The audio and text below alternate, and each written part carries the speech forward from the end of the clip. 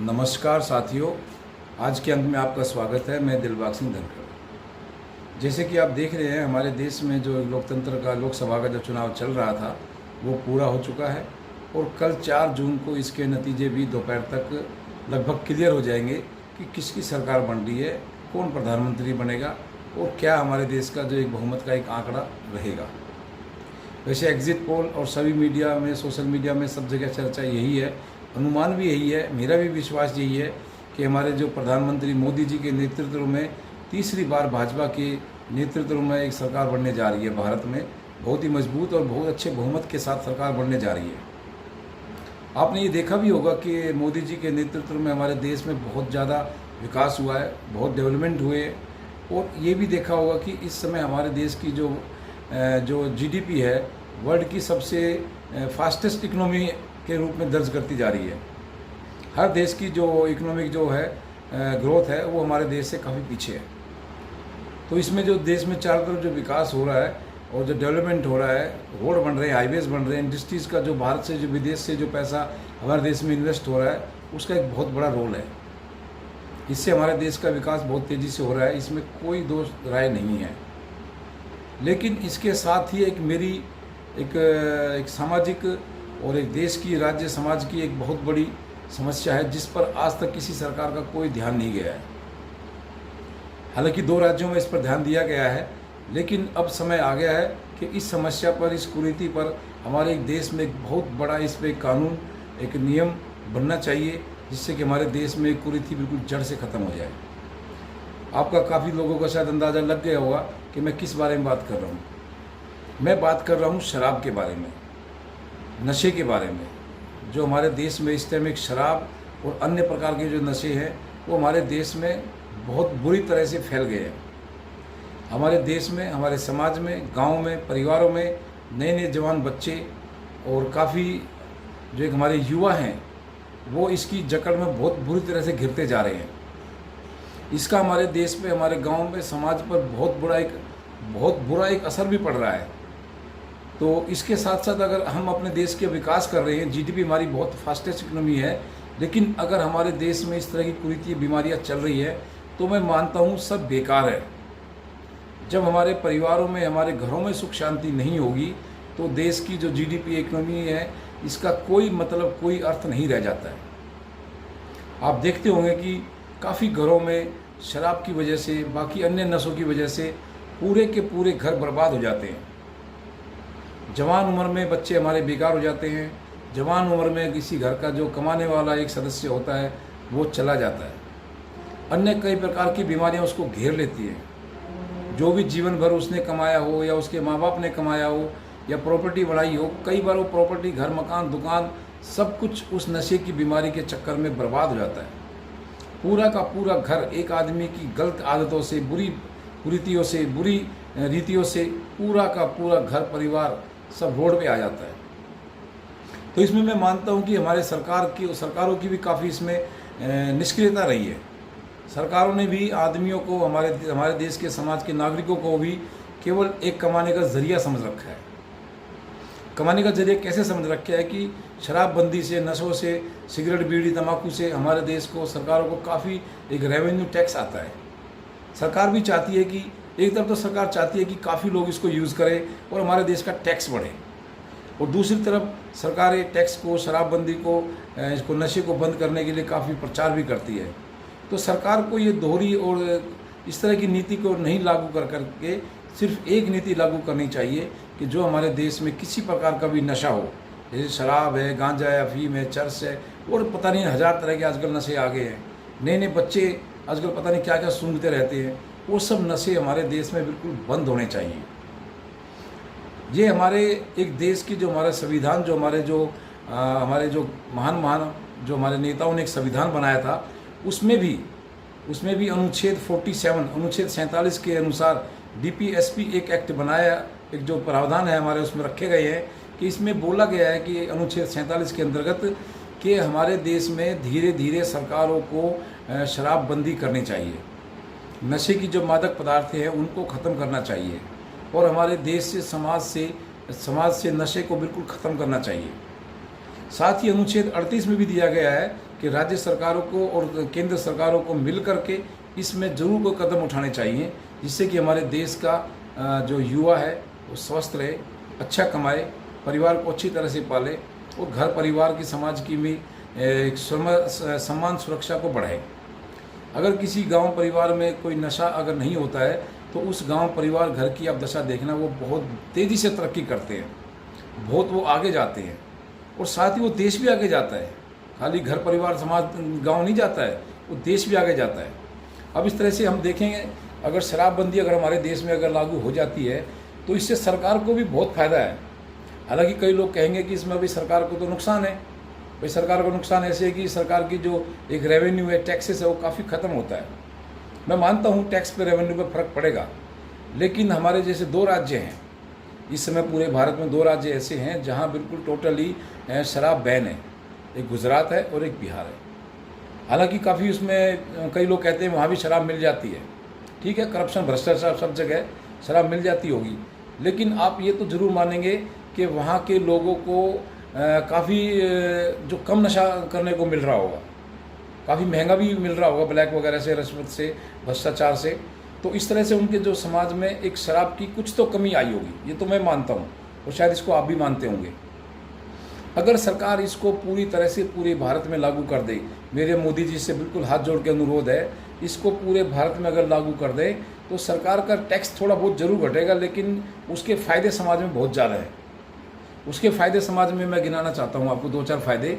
जैसे कि सबसे पहले तो हमारे देश में एक जो किसी घर परिवार का कोई जवान बच्चा या जवान कोई मुखिया या घर में एक आदमी कमाने वाला अगर वो गुजर जाता है, एक्सपायर हो जाता है, मर जाता है, कुछ भी उसको साथ हो जाता है, तो उस घर परिवार की एक आर्थिक स्थिति बिल्कुल ख़त्म हो जाती है, ख़राब हो जाती है। उस परिवार का एक तरह से जो सारा जो एक बोझ है वो सरकार पर आ जाता है। सरकार पर उसका बोझ कैसे आ जाता है कि जैसे कल को उसकी जो विधवा होती है उसको विधवा पेंशन भी सरकार देती है। बच्चे हैं अनाथ हो जाते हैं, सरकार जो स्कूलों में वो परिवार पूरा गरीबी रेखा से नीचे आ जाता है। गरीबी रेखा से अगर वो बच्चा परिवार नीचे आ जाता है तो सरकार को उसको और कोई काफ़ी उसको फ़ायदा सुरक्षा देने की व्यवस्था करनी पड़ती है।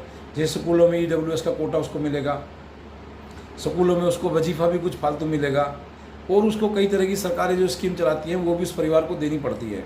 हालांकि कई बार करप्शन की वजह से उन परिवारों को वो व्यवस्था है, वो सुविधा नहीं मिल पाती है, लेकिन सरकार का दायित्व बढ़ जाता है। और साथ ही उस परिवार पर क्या फ़र्क पड़ता है, अगर किसी परिवार में एक सदस्य जो एक मेन मुखिया कमाने खाने वाला या जवान बच्चा अगर कोई इसी गलत आदत में हरकत में पड़ जाता है तो उस परिवार का एक तरह से बिल्कुल मोरली बिल्कुल डाउन हो जाता है। आप भी कई बार गांव समाज में देखते होंगे किसी घर परिवार का एक बहुत अच्छा कमाने खाने वाला सुंदर बच्चा अगर दारू के नशे में पड़ जाता है तो उस घर की, इस परिवार की क्या हालत हो जाती है। फ़र्ज़ करो किसी की शादी हुई है, 2-4 साल 5 साल शादी को हुए हैं और वो आदमी गुजर जाता है, तो जो एक नई बहू बेटी जो आई है घर में उस पर क्या बीतेगी।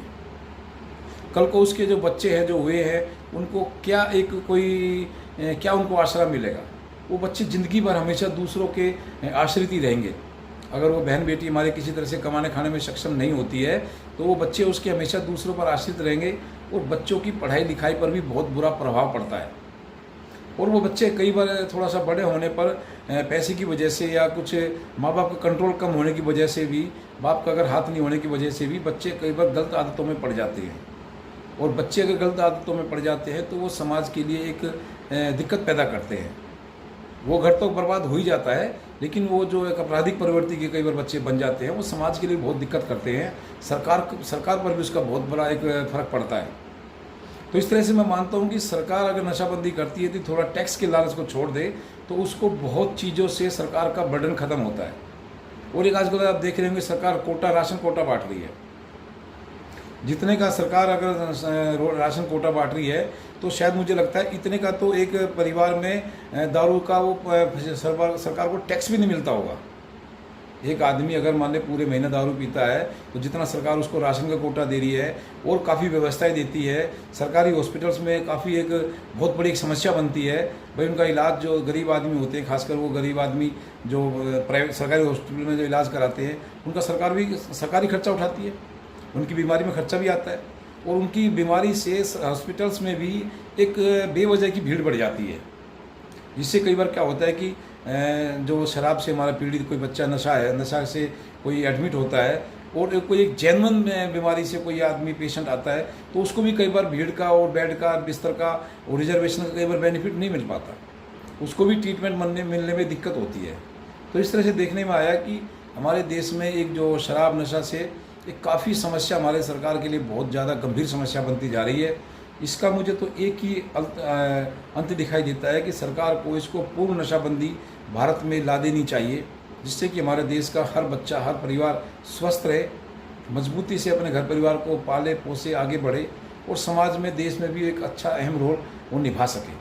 हम कई बार देखते हैं कि खासकर मैं अपने दिल्ली के गाँव की बात करता हूँ, आजकल वहाँ किराए का अच्छा सिस्टम हो गया है, लेकिन बच्चों ने किराए की वजह से घर परिवार में बिल्कुल कमाना छोड़ दिया है। और वो क्या करते हैं कि वैसे उनका एक ही लक्ष्य हो जाता है कि भाई किस तरह से पैसे को एंजॉय करें, और पैसे का एंजॉय करने का उनका सबसे एक आसान तरीका उनको नशा ही दिखाई देता है। कई बार आस पड़ोस में इतने बच्चे नशे में बिगड़ जाते हैं कि देख के उनको तरस और उनको दुख भी आता है कि यार देखो इनका परिवार कितना अच्छा था, इनके माँ बाप कितने अच्छे थे और ये बच्चे कैसे हो गए। तो उसमें क्या होता है कि समाज में भी काफ़ी उनके घर परिवार की इज्जत खत्म हो जाती है, उन पर कोई दो पैसे का भरोसा भी नहीं करता है। तो मुझे लगता है कि सरकार को इस तरह की जो व्यवस्था है, जो समाज में जो एक कुप्रथा है शराब की, खासकर नशे की, इसको टोटल बंद कर देना चाहिए। इससे सरकार को भी बहुत बेनिफिट होता है। सरकार का थोड़ा बहुत रेवेन्यू लॉस जा सकता है, लेकिन काफ़ी उसको सरकार को बेनिफिट होगा। अगर आप देखो समाज में, देश में बहुत विकास ला रहे हैं और हमारे देश का जो युवा वो बिगड़ता जा रहा है, तो उस विकास का, समाज का, डेवलपमेंट का कोई अर्थ, कोई महत्व नहीं रह जाता है। तो इसलिए तो कहते हैं ना कि अगर फल आपके पास है और खाने वाला नहीं है तो वो फल बेकार है, उस फल की कोई कीमत नहीं है, उस फल बेकार है वो। तो इस तरह से अगर सरकार हमारे देश में विकास ला रही है और बच्चों के, खासकर युवाओं के जीवन में कोई सुधार नहीं आ रहा है, वो दिन पर दिन बिगड़ते जा रहे हैं, तो उनको, सरकार को देखना चाहिए कि उस पर भी बहुत ध्यान देने की आवश्यकता है। वरना हमारे देश में जो विकास हो रहा है, अगर कल को हमारा देश विकसित भी हो जाएगा, विकसित देश में भी आ जाएगा, तब भी उसका जो फ़ायदा है हमारे देश के नागरिक ना उठा करके मुझे लगता है विदेशी उठाएंगे, कि विदेश से लोग यहाँ के कमाएंगे, खाएंगे, अपना काम धंधा करेंगे और हमारे देश का युवा है जो नशे में चला जाएगा। अगर हमारे देश का पूरा युवा नशे में ही चला गया तो शायद मुझे लगता है कि हमारा देश भी कभी विकसित ही नहीं हो पाएगा। मोदी जी की सोच है जो 2047 तक देश को विकसित राज्यों में, विकसित देशों में शामिल करना है, तो मुझे लगता है सबसे पहले मोदी जी को अपना ये जो नशाबंदी का प्रोग्राम है इसको लागू करना चाहिए। ये हमारे संविधान की भी मांग है। हमारे नेताओं ने आज से 50-70 साल पहले ही इसको सोच लिया था, संविधान निर्माताओं ने, कि ये एक समाज की बहुत बड़ी बुराई है, इसको धीरे धीरे ख़त्म करना चाहिए। तो मुझे लगता है कि अब समय आ गया है, सरकार पूर्ण बहुमत में बहुत मजबूती से आएगी, तो उनको थोड़ा सा टैक्स लालच छोड़ करके देश में नशाबंदी बिल्कुल लागू कर देनी चाहिए, जिससे घर परिवारों की इज्जत बचे, उनके घरों में सुख शांति रहे, बच्चों का पालन पोषण अच्छी तरह से हो सके। कई बार आदमी क्या होता है कि नशे की इतनी गलत आदतें पड़ जाती हैं कि वो जवान उम्र में ही एक्सपायर हो जाता है। लेकिन मैं मानता हूँ कि अगर वो कोई आदमी इस तरह का काम करता है और जवान उम्र में वो एक्सपायर हो जाता है, तो उसका बहुत बड़ा दोष है। उसका दोष किस तरह से है, वो अगर शादी करता है, बच्चे पैदा करता है, तो वो अपनी जिम्मेदारियों से भी भाग रहा है। पैसे की बर्बादी के साथ साथ, अपने शरीर की बर्बादी के साथ साथ वो अपने मौलिक कर्तव्यों से भी भाग रहा है। अगर दारू पी करके, शराब पी करके बच्चा, कोई जवान आदमी अपना स्वास्थ्य, अपना जीवन खराब कर लेता है, दांव पे लगा देता है, तो मुझे लगता है कि जो बच्चे उसके पैदा हो रहे हैं या जो उसके परिवार में माँ बाप है, जो उसकी बीवी है, उनके साथ वो एक बहुत बड़ा विश्वासघात कर रहा है। तो मेरी उन सभी भाइयों से, बच्चों से अपील है कि भाई नशे से बिल्कुल दूर रहे।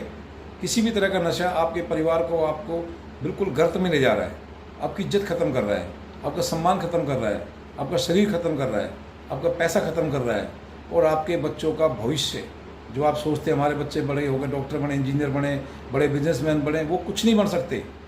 वो सिर्फ अपराधी बनेंगे या किसी दूसरे के सहारे रहेंगे। तो ये देखना, सोचना आपको है कि आप अपने बच्चों को बनाने के लिए क्या आप अपनी छोटी सी एक गलत हरकत में सुधार नहीं कर सकते? कर सकते हैं, बिल्कुल कर सकते हैं। समाज में, देश में ऐसा कोई चीज़ नहीं है जिसको कि आप करना चाहो और आप ना कर सकें। तो इसलिए मेरी देश से, सरकार से, साथ ही मेरी युवा साथियों से सबसे एक हाथ जोड़कर अपील है कि आप अपनी नशे से दूर रहें, किसी तरह का भी नशा आप ना करें, समाज में एक व्यवस्थित व्यवस्था को अपनाएं और देश में, समाज में हमेशा आगे बढ़ें। सरकार इस पर ज़रूर कुछ सोचे, ज़रूर कोई ठोस कदम उठाए, जिससे कि हमारे देश का युवा स्वस्थ रहे, मजबूत रहे और घर परिवार और देश को अच्छी तरह से वो आगे बढ़ाने में मदद करें। आज का वीडियो अगर आपको पसंद आया हो तो इसको लाइक शेयर सब्सक्राइब जरूर करें। आपका बहुत बहुत धन्यवाद।